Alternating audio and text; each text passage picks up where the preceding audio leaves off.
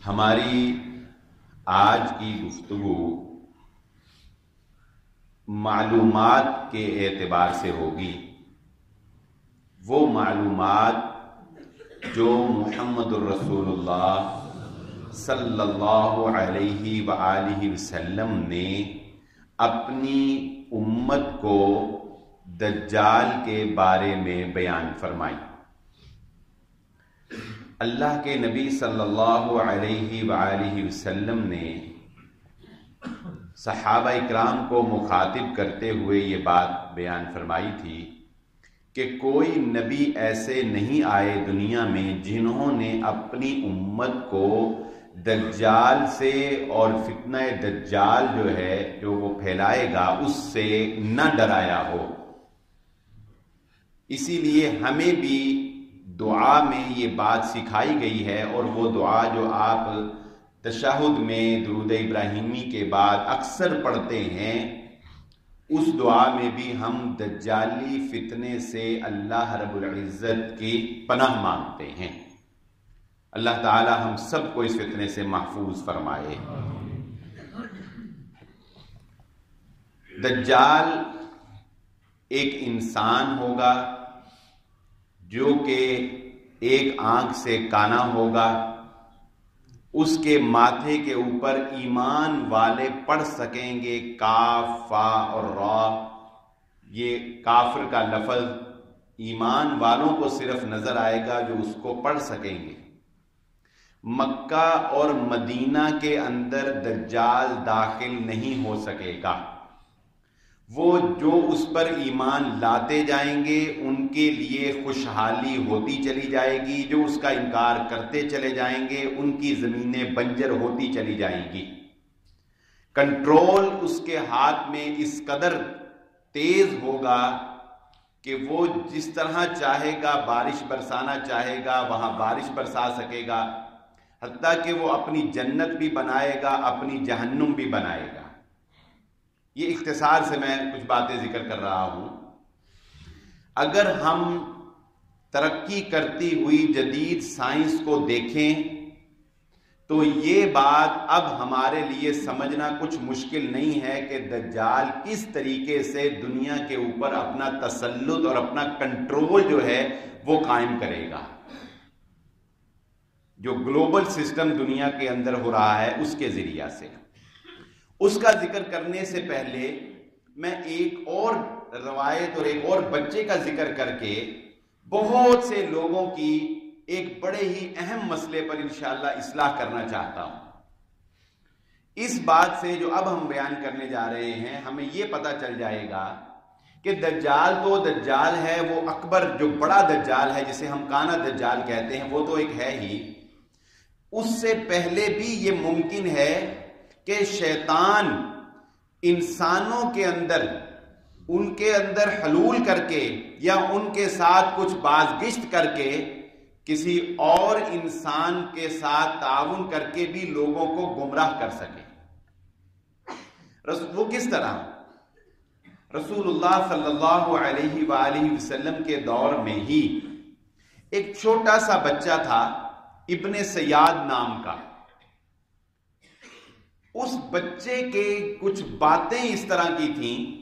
وہ باتیں ابھی بالغ بھی نہیں ہوا تھا، تو باتیں کچھ اس طرح کی کرتا تھا کہ لوگوں کو اس سے خوف آتا تھا اور لوگوں کو ڈر آتا تھا، کہ بلکہ اس کے بارے میں یہ بات مشہور ہو گئی تھی کہ یہی دجال نہ ہو۔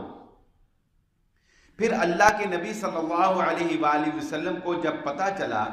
کہ لوگ اس کے بارے میں یہ باتیں کرتے ہیں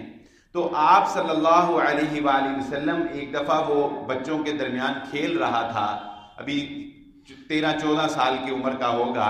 تو اللہ کے نبی صلی اللہ علیہ وآلہ وسلم اس کے پاس گئے، اس کو آپ کی آمد کی خبر نہیں ہوئی۔ نبی صلی اللہ علیہ وآلہ وسلم نے اس کو مخاطب کیا اور اس کو پوچھا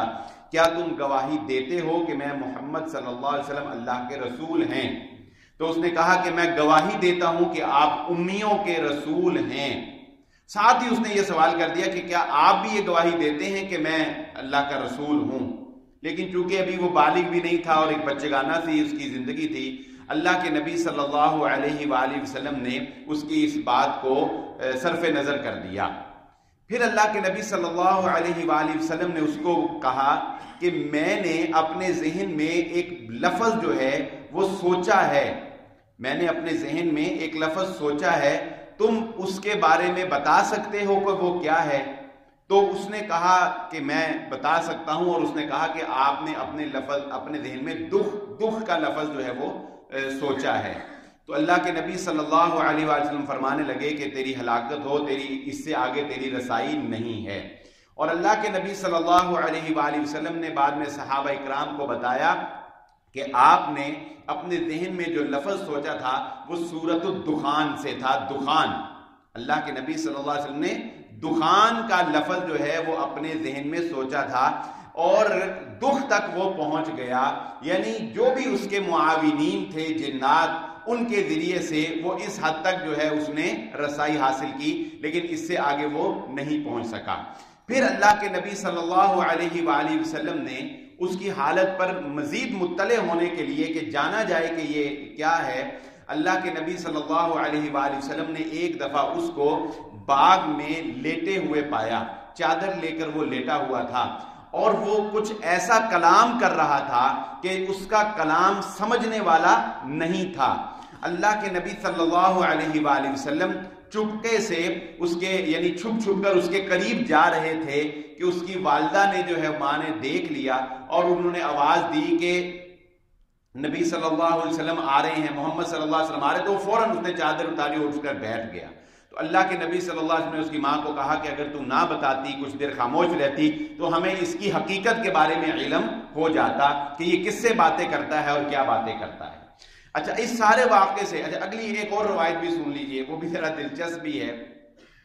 حضرت ابو سعید خدری رضی اللہ تعالیٰ عنہ کہتے ہیں، پھر یہ جوان ہو گیا، نبی صلی اللہ علیہ وآلہ وسلم کی وفات کے بعد صحابہ اکرام کے اندر رہا، مسلمان رہا، اور اس کی اولاد بھی ہوئی، شادی بھی کی، ماں باپ بھی اس کے تھے۔ تو ایک دن یہ مدینہ سے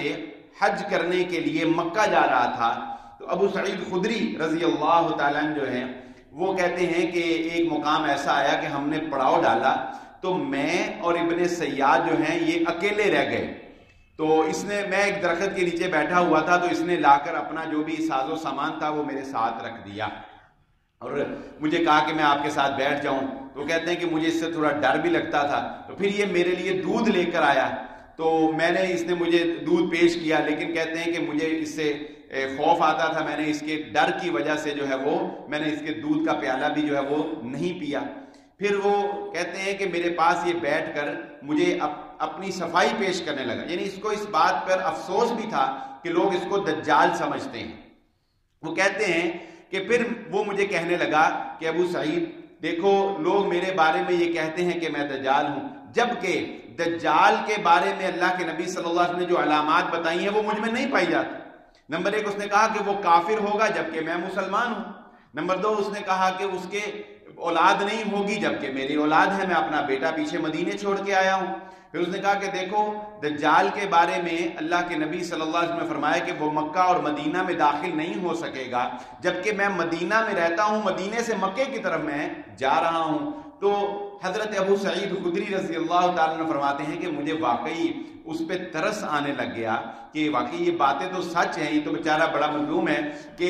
دجال یہ نہیں ہے ہو سکتا، اور لوگ اس کے بارے میں یہ سمجھتے ہیں اور اس سے ڈرتے ہیں کہ یہ دجال ہے۔ تو یہ ساری باتیں حضرت ابو سعید خدری رضی اللہ تعالیٰ عنہ کہنے لگے کہ یہ اس نے جب مجھے کی تو میرے دل میں اس کے لیے ہمدردی پیدا ہو گئی، اور وہ آخر میں ان ساری باتوں کے کرنے کے بعد آخر میں کہتا ہے لیکن ابو سعید خدری مجھے یہ پتا ہے دجال ہے کہاں پہ ہے۔ آخر میں کہتا ہے کہ مجھے ابو سعید لیکن مجھے یہ پتا ہے کہ دجال ہے کہاں پہ ہے، اور اگر مجھے پیشکش کی جائے تو میں انکار نہیں کروں گا، یعنی دجال بننے کی پیشکش اگر مجھے کی جائے تو میں انکار نہیں کروں گا۔ حضرت ابو سعید خدری کہتے ہیں میں نے کہا تیرا بیڑا غرق ہو جائے، تو نے تو پھر آخر میں وہی بات کر دی جو مجھے کہتے ہیں میں اس سے ایسا ڈرا سائڈ پہ ہو گیا۔ تو یہ شخص جو ابن سیاد نامی تھا بعد میں، لیکن یہ بات بھی حیران کن ہے جو کہ آج تک علماء اکرام اور محدثین جو ہے اس کا کوئی بھی سلوشن اور کوئی بھی دو ٹوک بات نہیں لگ سکے کہ یہ صحابہ اکرام میں رہا ضرور، لیکن اس کے بعد ایک جنگ میں یہ غائب ہو گیا، یعنی اس کو کسی نے مرتے ہوئے نہیں دیکھا، نہ یہ وہاں پر فوت ہوا، نہ اس کا کوئی خیر خبر آئی. یہ پھر صحابہ اکرام کے درمیان رہتے رہتے اچانک جو ہے وہ غائب ہو گیا اور اس کے بعد کبھی بھی اس کی خبر جو ہے وہ نہیں آ سکی. اس سارے واقعات سے اور اس کے متعلق جتنی بھی روایات ہیں ان ساری روایات کو اکٹھا کرنے سے محدثین یا علماء کرام نے یہی نتیجہ اخذ کیا کہ یہ وہ دجال تو نہیں تھا، لیکن اس میں بھی کوئی شک نہیں ہے کہ اس کا کوئی نہ کوئی لنک جو ہے وہ اس دجال کے ساتھ ضرور تھا. یہ شیاطین جو ہیں وہ اس کے پاس آتے تھے اور اس کے ساتھ باتیں کرتے تھے اور اس کو خبر گیری کرتے تھے، اور یہ اسی دجال کے کارندوں میں سے ایک کارندہ تھا ابن سیاد نام کا، جو نبی صلی اللہ علیہ وسلم کے دور میں موجود تھا. حضرت عمر ابن خطاب رضی اللہ تعالیٰ عنہ نے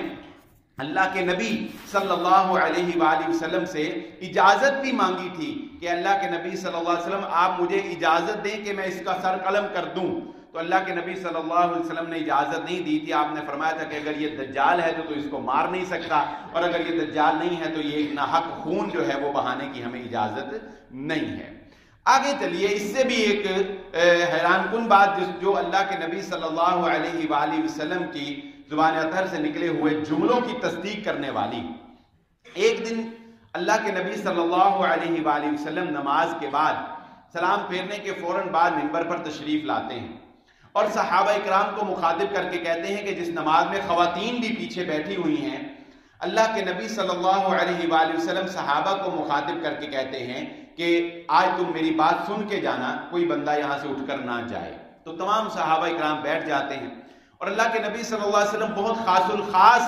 باتوں کے لیے جو ہے وہ صحابہ اکرام کو اس طرح اجتماعی شکل میں بٹھایا کرتے تھے. تو آپ نے تمام اجتماعی شکل میں صحابہ کو بٹھایا اور فرمایا کہ آج یہ نصرانی صحابی، یہ حضرت تمیم داری رضی اللہ تعالیٰ عنہ سے یہ واقعہ پیش آیا اور یہ روایت ان سے ہے. کہتے ہیں کہ اس نے وہ بات بتائی ہے کہ جس نے میری بتائی ہوئی بات کی تصدیق کر دی ہے، اور مجھے اس کی بات سے خوشی محسوس ہوئی ہے کہ میری وہ پیشین گوئی جو ہے اس کی یہ تصدیق کر رہا ہے. اور یہ اکیلے نہیں تھے بلکہ پھر وہ پورا واقعہ اللہ کے نبی صلی اللہ علیہ وآلہ وسلم نے سنایا، اور صحیح مسلم کے اندر یہ روایت جو ہے یہ موجود ہے. وہ پورا واقعہ کیا ہے؟ اللہ کے نبی صلی اللہ علیہ وسلم فرماتے ہیں کہ یہ اور ان کے ساتھ 30 ساتھی ان کے، یہ حضرت تمیم داری اور ان کے ساتھ 30 ساتھی تھے. یہ سمندر کے اندر بحری جہاز کے اوپر سفر کرنے کے لیے گئے اور اچانک طوفان آیا، اور طوفان کی وجہ سے ان کی کشتی جو ہے وہ راستہ بھٹک گئی. 1 ماہ تک، وہ کہتے ہیں کہ 1 ماہ تک جو ہے وہ راستہ گم رہے، اور طوفان جو ہے وہ ان کو کبھی ادھر لے جاتا تھا کبھی ادھر لے جاتا تھا. انہیں نہیں پتا کہ ہمیں کدھر لے کے جا رہا ہے، لیکن طوفان ان کو لیتا جا کر، حتیٰ کہ وہ ایک جزیرے کے پاس جا کر طوفان نے ان کی کشتی کو، ان کے جو بھی بحری جہاز تھا اس وقت، اس کو جو ہے وہ روک دیا. وہ کہتے ہیں کہ میں اترا، یعنی اب یہ آگے ان کی سمجھنے کے زبان سے جو واقعہ بیان ہو رہا ہے صحابی کی زبان سے. وہ کہتے ہیں کہ میں اترا اس جزیرے کے اندر. جب میں آگے گیا تو ہمیں ایک جانور جس ٹائپ ایک کہہ لیں کہ جسم تھا، نہ وہ انسان تھا نہ وہ جانور اس کو کہا جا سکتا تھا، اور بال ہی بال اس کے جسم کے اوپر، لیکن وہ گفتگو جو ہے وہ انسانوں کی طرح کرتا تھا. وہ کہتے ہیں کہ میں نے اس سے پوچھا کہ تم کون ہو؟ تو اس نے کراس کویسچن ہمیں کیا کہ تم لوگ کون ہو؟ تو ہم نے اس کو بتایا کہ ہم جو ہیں وہ عرب کے علاقے سے، عرب لوگ ہیں، امی کہلانے والے ہیں، محمد رسول اللہ صلی اللہ علیہ وسلم کے صحابہ ہیں. تو وہ کہتا ہے کہ ٹھیک ہے آؤ میں تمہیں اپنے سردار سے ملاقات کرواتا ہوں. تو وہ کہتے ہیں کہ وہ ہمیں جب اندر لے کے گیا تو وہاں پر جا کر ہم نے دیکھا کہ ایک بہت ہی دیو قامت، جس طرح ہم کہتے ہیں نا، بہت ہی ہیوی جسامت کا ایک انسان تھا، اور اس کو زنجیروں کے اندر جکڑا ہوا تھا اور لمبے لمبے اس کے بال، یعنی جس کو دیکھ کر انسان کو خوف آتا ہو، جس کو دیکھ کر انسان کو خوف آتا ہو، اس طرح کا ایک بہت دیو ہیکل قسم کا انسان تھا وہاں پر پہاڑ کے غار کے اندر، اور اس کو زنجیروں کے ساتھ جو ہے وہ جکڑا گیا تھا. تو وہ کہتے ہیں صحابی کہ ہم نے اس سے پوچھا کہ تم کون ہو، تو اس نے کہا کہ میں تمہیں بتاؤں گا کہ میں کون ہوں، لیکن پہلے تم میرے کچھ سوالوں کا جواب دو، میں تم سے سوال کرتا ہوں، پہلے تم میرے کچھ سوالوں کا جواب دو۔ تو وہ کہتے ہیں کہ اس نے ہم نے اپنا تعارف کروایا کہ ہم عرب لوگ ہیں اور عرب کے فلاں علاقے سے جو ہے وہ آئے ہیں۔ تو اس نے پہلا سوال جو ہم سے کیا، اب وہ شخص کون تھا وہ خود ہی بتاتا ہے بعد میں کہ وہ دجال تھا، یہی وہ دجال ہے جس کا ظہور دنیا کے اندر حضرت عیسیٰ علیہ السلام کی آمد سے قبل ہونا ہے، اور حضرت عیسیٰ علیہ السلام ہی اس کو جہنم حاصل کریں گے۔ لیکن فتنہ دجال تو ہم اس وقت اپنی نگاہوں سے دیکھ رہے ہیں کہ وہ کس طرح پھیل رہا ہے۔ پہلا سوال اس نے کیا، بیسان ایک علاقہ ہے، اس کے باغات کا کیا حال ہے؟ وہ صحابی کہتے ہیں، یعنی اس نے پوچھا کہ بیسان کے علاقے کے جو باغات ہیں ان کی کیا حالت ہے؟ تو وہ کہتے ہیں کہ میں نے پوچھا کہ تمہاری کیا مراد ہے، تم کیا جاننا چاہتے ہو ان باغات کے بارے میں؟ تو اس نے کہا کہ کیا وہ باغات پھل دے رہے ہیں؟ انہوں نے کہا ہاں بالکل، وہ بڑی زور و شور کے ساتھ اپنا فراوانی کے ساتھ اپنا پھل دے رہے ہیں۔ اس نے کہا ایک وقت آنے والا ہے عنقریب جب بیسان کے باغات پھل دینا چھوڑ جائیں گے۔ اگلا دوسرا سوال جو ہے وہ اس نے بحیرہ طبریہ کے بارے میں کیا، اس پر ہم بعد میں جاتے ہیں، پہلے ہم لفظ یہ بیسان کے باغات کے بارے میں تھوڑی سی جانکاری حاصل کر لیتے ہیں کہ یہ بیسان کے باغات کہاں پر ہیں اور اس وقت ان کی کیا حالت ہے۔ یہ وہ علاقہ ہے جس پر عیسائی قابض تھے، اس کے بعد شام کا یہ علاقہ تھا اس وقت، اس کے بعد حضرت عمر ابن خطاب رضی اللہ تعالیٰ عنہ کے دور خلافت کے اندر بیسان کے علاقے کو مسلمانوں نے فتح کیا اور وہاں پر مسلمانوں کا تسلط قائم ہوا۔ اسرائیل کے قیام کے بعد اسرائیل نے حملے کر کے یکے بعد دیگرے بیسان کے تمام علاقے کے اوپر قبضہ کر لیا، تقریباً 30 گاؤں اس کے اندر آتے ہیں۔ اس وقت موجودہ صورتحال میں بیسان کے جو باغات ہیں وہ اسرائیل کے قبضے کے اندر ہیں، یعنی یوں سمجھ لیجئے کہ وہی دجال کی آمد کا جو ہے وہ پیریڈ جو ہے وہ بتدریج جو ہے وہ جاری ہے، اور اس بات کا خدشہ اکثر ماہرین جو ہے وہ ظاہر کر چکے ہیں کہ عنقریب بیسان کے باغات اس علاقے کے اندر ایک بڑی جنگ کی وجہ سے بیسان کے باغات جو ہیں وہ اپنا پھل دینا چھوڑ دیں گے۔ وہاں پر بارودی حملے ہونے کی وجہ سے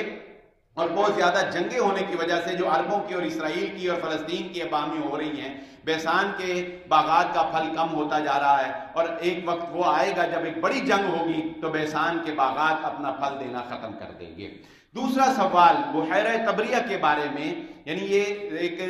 دریا ہے، اس کے بارے میں اس نے سوال کیا دجال نے، اس کا کیا حال ہے؟ تو انہوں نے کہا کہ وہ تو اپنا پانی بڑے زور و شور سے اس کا پانی جاری ہے۔ تو اس نے کہا ایک وقت وہ آئے گا جب وہ دریا اپنا پانی دینا ختم کر دے گا، اس دریا کا پانی خشک ہو جائے گا۔ موجودہ دور کے اندر اس دریا کی صورتحال یہ ہے کہ دریاؤں کے پانی کے کچھ لیولز جو ہیں وہ مقرر کیے جاتے ہیں حکومت کی جانب سے کہ اس لیول سے اوپر جائیں تو طغیانی ہے، اس لیول پہ رہے تو نارمل ہے، اور آخر میں ایک ریڈ لائن لگائی جاتی ہے کہ اگر اس سے نیچے دریا کا پانی چلے جائے تو یہ دریا کے لیے خطرہ ہے، دریا خشک ہونے کا خطرہ ہے۔ وہ دریا جس کا دجال نے پوچھا تھا، اس وقت اس کی کنڈیشن یہ ہے کہ ریڈ لائن سے نیچے اس کا پانی جا چکا ہے، ریڈ لائن سے نیچے اس کا پانی جا چکا ہے۔ یہ انٹرنیشنل آپ کسی بھی خبر جو ہے ویب سائٹ جو ہے اخبار کی یا کوئی بھی اس پہ آپ سرچ کر کے دیکھ سکتے ہیں، بلکہ ماہرین نے یہاں تک کہا ہے کہ اب اگر اس کی پراپر طریقے سے دیکھ بھال اور اس تک پانی پہنچانے کا انتظام نہ کیا گیا تو وقت دور نہیں ہے کہ وہ دریا جو ہے وہ خشک ہو جائے گا۔ یہ دو سوال دجال نے ان سے پہلے کیے۔ تیسرا سوال اس نے ایک جھیل کے بارے، ایک چشمے کے بارے میں کیا، زغر نامی ایک چشمہ جو حضرت لوط علیہ السلام کے بیٹے کے نام پر پڑا تھا۔ جب وہ وہاں سے ہجرت کر کے گئے تھے اپنے قوم کو چھوڑ کر تو اپنے 2 بیٹے ساتھ لے کر گئے تھے، ان میں سے ایک بیٹے کو جس چشمے کے کنارے انہوں نے آباد کیا اس چشمے کا نام ان کے بیٹے کے نام پر پڑ گیا، اور اس کے بارے میں دجال نے جو ہے وہ دریافت کیا۔ یہ بات بھی بڑی ہی ہمارے لیے معلوماتی ہے اللہ کے نبی صلی اللہ علیہ وآلہ وسلم کی احادیث کے حوالے سے،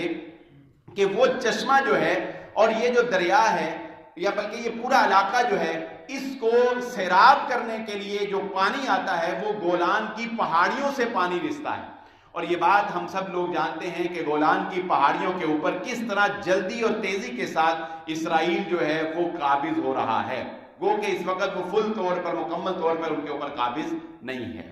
یہ 3 سوالات۔ چوتھا سوال اس نے پوچھا تھا محمد الرسول اللہ صلی اللہ علیہ وآلہ وسلم کے بارے میں۔ اس نے پوچھا کیا وہ امیوں کے رسول جو ہیں وہ آ چکے ہیں؟ صحابی نے کہا جی، امیوں کے رسول محمد الرسول اللہ صلی اللہ علیہ وآلہ وسلم تشریف لا چکے ہیں۔ اس نے سوال کیا کیا وہ عربوں کے اوپر اپنا تسلط قائم کر چکے ہیں؟ کیا انہوں نے راستے میں جنگیں لڑی ہیں؟ تو صحابی نے کہا جی ہاں، انہوں نے جنگیں بھی لڑی ہیں، ان کو فتوحات بھی ہوئی ہے، اور وہ تیزی سے عربوں کے اوپر اپنا تسلط قائم کر چکے ہیں۔ یہ سوال کرنے کے بعد جب جوابات مل گئے تو پھر اس نے یہ بتایا کہ میں وہ دجال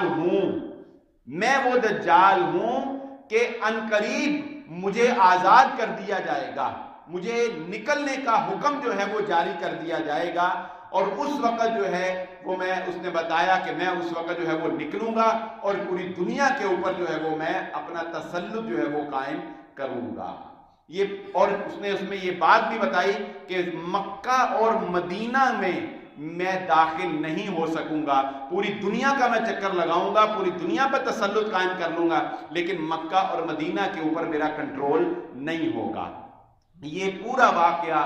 خود محمد الرسول اللہ صلی اللہ علیہ وآلہ وسلم نے صحابی کی زبان سے سن کر صحابہ اکرام کو سنایا، اور اللہ کے نبی صلی اللہ علیہ وآلہ وسلم نے یہ بات ارشاد فرمائی کہ اس واقعے کو سننے کے بعد مجھے اس بات کی خوشی ہوئی ہے کہ یہ وہ باتیں ہیں جو دجال کے بارے میں اس سے پہلے تمہیں بتا چکا ہوں، اس قافلے کے واپس آنے سے پہلے میں تمہیں بتا چکا ہوں، اور اس قافلے نے میری ان تمام باتوں کی تصدیق کر دی ہے جو میں محمد صلی اللہ علیہ وآلہ وسلم نے تمہیں بتائی ہے۔ اب دیکھیے ان ساری باتوں سے، یعنی دجال سے اور ابن سیاد، بالخصوص ابن سیاد سے اگر ہم نتیجہ نکالیں تو ہمارے ہاں اکثر ایسا ہوتا ہے کہ کوئی بھی شخص اگر ہمیں کوئی ہلکی سی بھی ایسی بات بتا دیتا ہے جو ہمارے ذہن میں ہو اور اس کو پتہ لگ جائے، یا وہ ماضی کی ہماری کوئی بات بتا دیتا ہے کہ تم نے ماضی میں یہ کیا تھا، تم نے یہ کیا تھا، تو ہمارا اس کے بارے میں کیا عقیدہ بن جاتا ہے؟ بالخصوص خواتین کا عقیدہ اس کے بارے میں کیا بن جاتا ہے؟ وہ سوچنے لگ جاتی ہیں کہ شاید یہ کوئی بہت پہنچی ہوئی ہستی ہے، شاید یہ ہماری بگڑے کام بنا سکتی ہیں، شاید یہ ہمارے کوئی کام آ سکتے ہیں، اس سے اولاد مانگنا شروع کر دو، اس سے اپنے گھروں کے جھگڑے جو ہیں وہ سولو کروانا شروع کر دو، اور نہ جانے کس کس طرح کی خرافات جو ہے وہ ہم ان لوگوں سے وابستہ کر لیتے ہیں۔ لیکن ابن سیاد کے واقعے سے جو بات میں سمجھا ہوں وہ کیا کہ اس معاشرے میں بھی ایسے لوگ ہو سکتے ہیں کہ جن کے معاونین شیطان ہوں، شیطان ان کو خبریں پہنچاتے ہوں، شیطان ان کے ساتھ جو ہے ملحق ہوں، ملے ہوئے ہوں، اور وہ دجالی کارندے ہوں جو لوگوں کا ایمان جو ہے وہ سلب کرتے ہوں اور ان کو اپنے پیچھے لگاتے ہیں۔ دجال کا بہت بڑا فتنہ یہی ہوگا کیا کہ وہ ایک جنت بنائے گا، ایک جہنم بنائے گا، جنت اس دنیا کو جنت بنائے گا۔ آج ہم دیکھ سکتے ہیں، یہ بات کسی سے ڈھکی چھپی نہیں ہے، کہ آج کا مسلمان اس دنیا کو جنت ہی تو بنانا چاہتا ہے، جنت بنانا چاہتا ہے۔ ہم اپنے گھروں کی ڈیکوریشن دیکھیں، ہم اپنے گھروں کی نفاست کے اوپر اپنی ورکنگ دیکھیں، ایک سپاٹ جو ہے وہ ہم برداشت نہیں کرتے اپنی دیوار کے اوپر، ہم ایک ڈسٹ کا ایک قطرہ جو ہے وہ برداشت نہیں کرتے کہ ہمارے گھر کے اوپر آئے۔ ہم چاہتے ہیں کہ ہمارے گھر کے سامنے سے نہریں جاری ہوں، ایسے فلور ہم بنا رہے ہیں کہ جن کے نیچے سے پانی چلتا ہو، ان کے نیچے لائٹنگ چلتی ہو۔ باتھ روم کے اوپر ہم لاکھوں روپیہ، شاید اب تو کروڑ بھی کہوں تو میں مبالغہ نہ ہوگا، کہ باتھ روم کے اوپر کروڑوں روپیہ جو ہے وہ لگ رہا ہے۔ یعنی اس دنیا کو جنت بنا دینا، اس دنیا کو جنت بنا دینا، جنت نما بنا دینا، جنت کی آسائشیں اور اس کی جو اللہ رب العزت نے منظر کشی کی ہے اس کو اس دنیا میں حاصل کرنا، یہ تو بیسیکلی دجال کا فتنہ ہوگا۔ دجال جنت بنائے گا اور اس میں آفر پیش کرے گا کہ آؤ اس طرف اور مجھ پر ایمان لے آؤ، جو اس پر ایمان لے آئے گا اس کی تو جنت میں چلا جائے گا، مگر اللہ رب العزت کی جہنم میں چلا جائے گا۔ اور یہ ساری لوش سٹائل جو ہے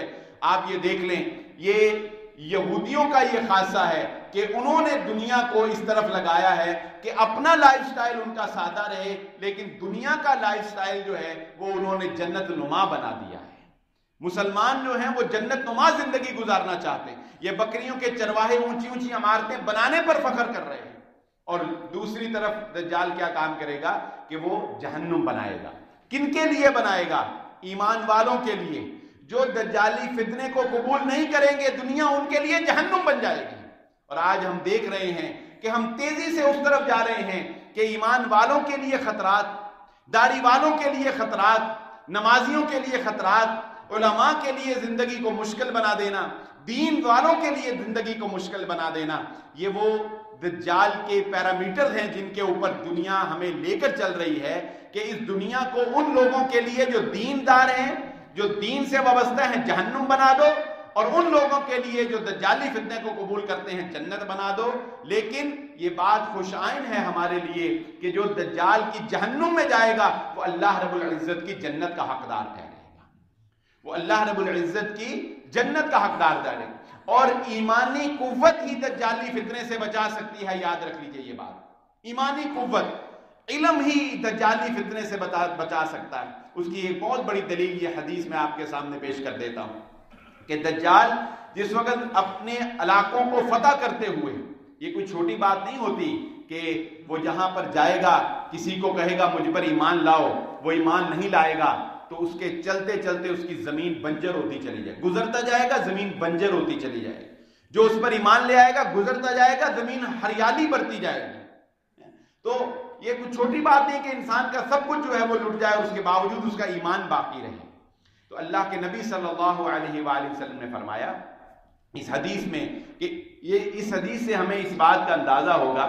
کہ ہمیں دجال کے بارے میں اور اس کے فتنے کے بارے میں اپنے آپ کو بھی اور اپنے آنے والی نسلوں اور نوجوانوں کو بھی کس قدر آگاہ کرنا ہے۔ اب آپ نے دیکھا ہوگا ان کو وہ جوکر کا پتہ ہے، وہ جوکر جو بڑا مشہور ایک کہہ لیں کہ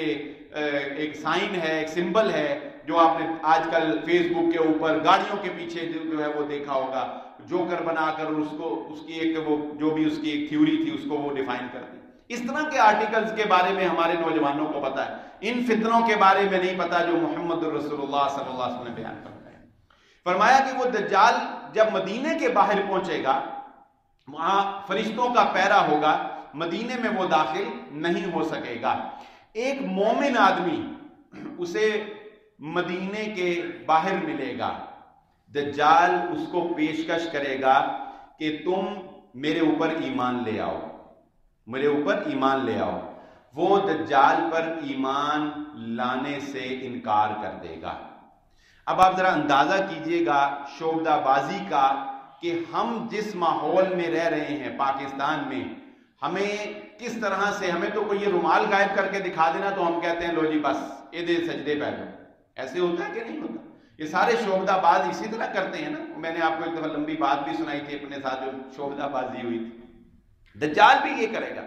وہ کہے گا بھی نہیں میں تمہارے اوپر ایمان نہیں لاتا۔ وہ کہے گا اچھا اگر میں تیرے سامنے یہ بندہ ہے اس کو ماروں، مار کر زندہ کر کے دکھا دوں تو بتا پھر تو میرے اوپر ایمان لے آئے گا، پھر تو میرے اوپر ایمان لے آئے گا؟ تو وہ کہے گا کہ ٹھیک ہے کر کے دکھا۔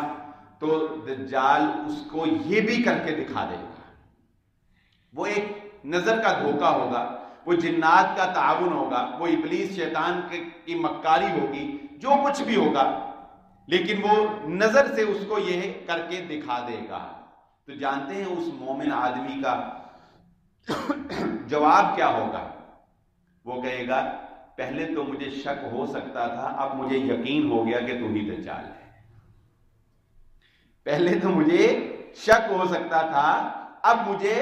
یقین ہو گیا کہ تو ہی دجال ہے۔ اور اللہ کے نبی صلی اللہ علیہ وآلہ وسلم نے ارشاد فرمایا کہ پھر وہ اس کو پکڑنا بھی چاہے گا دجال، لیکن وہ مومن آدمی اس دجال کے ہاتھ میں نہیں آئے گا اور اس سے بھاگ جائے گا، مدینے میں داخل ہو جائے گا اور دجال کی دسترس سے باہر نکل جائے گا۔ حضرت عیسیٰ علیہ السلام کی آمد کا انتظار کرنا یا ان کو بلانا یہ تو ایک اپنی جگہ فعل ہے، لیکن یہ بات بے حد ضروری ہے موجودہ مسلمان کے لیے کہ وہ دجال اور دجالی فتنے سے آگاہ ہو اور اس فتنے سے اپنے آپ کو دعاؤں کے ذریعے سے بھی، جیسا کہ رسول اللہ صلی اللہ علیہ وآلہ وسلم نے فرمایا کہ سورۃ الکہف، جیسا کہ میں نے پیچھے جمعہ میں ہی ہمارا یہی موضوع تھا کہ عملاً تو اختیار کیا ہی جاتا ہے اپنا تحفظ، اس کے ساتھ ساتھ ایک حفاظتی شیلڈ جو ہے، ایک روحانی شیلڈ جو ہے وہ ہمیں چاہیے ہوتی ہے۔ اور اللہ کے نبی صلی اللہ علیہ وآلہ وسلم نے سورۃ الکہف کی تلاوت جمعہ کے دن کرنے والے کو یہ خوشخبری سنائی ہے کہ اللہ رب العزت اسے دجال کے فتنے سے محفوظ فرمائے گا۔ اور یہ دورانیہ، یہ بات بھی ذہن نشین رکھ لیں، اکثر لوگ ہم سے اکثر لوگ یہ سوال کرتے ہیں کہ یہ جو سورۃ الکہف پڑھنا ہے جمعہ کے دن، اس کا دورانیہ کتنا ہے؟ تو اسلامی کے اعتبار سے یاد رکھ لیں، جب بھی دن کا لفظ بولا جاتا ہے نا، دن کا اطلاق، تو وہ 24 گھنٹوں کے اوپر ہی ہوتا ہے، اور اسلامک جو ہے دن وہ مغرب سے شروع ہو کر اگلے دن کی مغرب پہ ختم ہوتا ہے۔ جس طرح کہ آپ دیکھیں جب رمضان آتا ہے تو روزہ تو ہم نے اگلے دن رکھنا ہوتا ہے، لیکن ہم قیام اللیل اس کی رات کو ہی شروع کر لیتے ہیں۔ تراویح ہم ایک روزے سے پہلے ہی پڑھ لیتے، کیوں؟ کیونکہ یکم رمضان کا آغاز چاند کے دیکھنے سے ہو چکا ہوتا ہے۔ تو اس لیے یہ سورۃ الکہف جو ہے یہ آپ جمعرات والے دن مغرب کی اذان کے بعد سے لے کر، جمعرات والے دن مغرب کی اذان کے بعد سے لے کر جمعے کے دن مغرب کے غروب آفتاب سے پہلے تک، یہ پورا جمعے کا دن ہے، یہ پورا جمعے کا دن ہے، اس کے دوران آپ سورۃ الکہف پڑھ سکتے ہیں۔ اسی کی فضیلت میں اس کی تائید اس دوسری حدیث سے بھی ہو جاتی ہے، جس کے بارے میں اللہ کے نبی صلی اللہ علیہ وآلہ وسلم نے ارشاد فرمایا تھا کہ جو شخص جمعے رات کو، یعنی جمعے کی رات جو پہلے رات آئے گی، اور جمعے کے دن جو شخص وفات پا جاتا ہے، اللہ رب العزت اس کو قبر کے فتنے سے محفوظ فرماتے ہیں۔ یہ بات رمضان المبارک کے بارے میں بھی مشہور ہے، اب بات آئی ہے تو چلے وضاحت کر دیتا ہوں کہ یہ بات رمضان المبارک کے بارے میں بھی مشہور ہے کہ جو رمضان میں فوت ہوتا ہے یا جو 27ویں کو فوت ہوتا ہے اس کا حساب نہیں ہوتا، یا وہ پکا جنتی ہے، یا اس طرح کی باتیں، تو وہ کسی بھی صحیح حدیث میں رمضان میں وفات پانے والے کی کوئی فضیلت جو ہے وہ ثابت نہیں ہے۔ باقی اچھی موت، روزے میں موت، نماز میں موت، یہ تو یقیناً خیر کا باعث ہے ہی، برکت کا باعث، لیکن رمضان کے اندر وفات پانے کی کوئی بھی خاص فضیلت کہ اس کا حساب نہیں ہے یا کوئی اللہ کے نبی صلی اللہ علیہ وسلم سے کسی صحیح حدیث سے ثابت نہیں۔ وہ روایات جو ہیں وہ ضعیف روایات، کمزور روایات ہیں جن سے استدلال کیا جاتا ہے، لیکن جمعہ رات اور جمعے کے بارے میں تو بہرحال گفتگو ہماری یہ ہے، آج کی گفتگو کا لب لباب اور خلاصہ جو ہے وہ میں آپ کے گوش گزار کر دیتا ہوں۔ سب سے پہلی بات آپ کو یہ بتایا کہ آج کا ہمارا جمعہ جو ہے وہ معلومات کے اوپر مبنی ہے، اور اس میں ہم نے ابن سیاد کے بارے میں جانا جو محمد الرسول اللہ صلی اللہ علیہ وآلہ وسلم کے دور میں تھا، اور ابن سیاد کے واقعے سے ہمیں یہ سبق مل گیا کہ کسی بھی دور کے اندر ایسے اشخاص ہو سکتے ہیں جن کے روابط شیطان کے ساتھ ہوں، اور شیطان ان کے ذریعے سے آپ کے اذہان کی باتیں جانے، جیسا کہ دکھ تک وہ پہنچ گیا، اور وہ تو اللہ کے نبی صلی اللہ علیہ وسلم تھے، دخان کے دکھ تک وہ پہنچ گیا۔ آپ کو کوئی وہ غیب کی بات، یعنی غیب وہ جو ماضی میں ہو چکا ہے یا جو آپ کے لیے غیب ہے، اس کے علاوہ تو غیب جاننے والی ذات صرف اللہ کی ہے، کوئی جن بھی نہیں جانتا، لیکن غیب وہ جو آپ سے اوجل ہے، آپ کی کوئی ماضی کی بات وہ بتا دے، اس سے امپریس ہو کر اس کے گھٹنے نہیں پکڑ لینے، بلکہ جان لینا کہ وہ شیطان ہے جو آپ کو گمراہ کرنا چاہتا ہے۔ دوسرا، وہ لمبی روایت حضرت تمیم داری رضی اللہ تعالیٰ عنہ کی جو اللہ کے نبی صلی اللہ علیہ وسلم نے منبر پر کھڑے ہو کے خود بیان کی، اس میں آپ نے پورا واقعہ سنا کہ دجال اس وقت بھی دنیا کے اوپر موجود ہے۔ شام کے علاقے کی طرف اللہ کے نبی صلی اللہ علیہ وسلم نے نشاندہی کی اور پھر فرمایا نہیں، مشرق کے علاقے کی طرف۔ آپ صلی اللہ علیہ وسلم نے 3 دفعہ ارشاد فرمایا مشرق کی طرف، مشرق کی طرف، مشرق کی طرف وہ جزیرہ ہے جہاں پر دجال ہے۔ یہ اسی روایت کے آخری الفاظ ہیں، اللہ کے نبی صلی اللہ علیہ وسلم نے نشاندہی بھی کی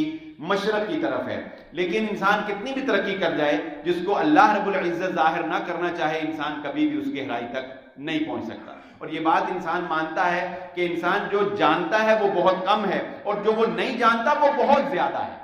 یہ ہمارا جسم ہمارے سامنے کھلی کتاب ہے نا، اب تو لٹا لیتے ہیں بندے کو، MIR کرتے، MRI کرتے، سب کچھ پتہ لگ جاتا ہے۔ اس کے باوجود انسان یہ کہنے پر مجبور ہے کہ جو ہم اس کے بارے میں جانتے ہیں وہ کم ہے، جو نہیں جانتے وہ بہت زیادہ ہے۔ تو اللہ کے نبی صلی اللہ علیہ وآلہ وسلم نے پورا وہ واقعہ جو ہے وہ بیان کیا۔ اس میں وہ 4 بنیادی سوالات تھے جن کے بارے میں میں نے آپ کے سامنے آگاہی رکھی اور اس وقت موجودہ ان کی کیا صورتحال ہے۔ اور آخر میں ہمیں اس بات کی طرف یقیناً فکر کرنی چاہیے کہ دجال جو کچھ بھی فتنے دنیا میں پھیلائے گا ان کا آغاز ہوا چاہتا ہے، ان کا آغاز ہو رہا ہے۔ ہمیں اپنے ایمان کو مضبوط رکھنا ہے، وگرنہ جس قدر وہ فتنہ ہے، ہم جیسا کمزور بندہ جو ہے، بس اللہ رب العزت کی توفیق سے ہی اللہ رب العزت ہمیں اس فتنے سے محفوظ فرمائے۔ وما علیہ الا البلاغ۔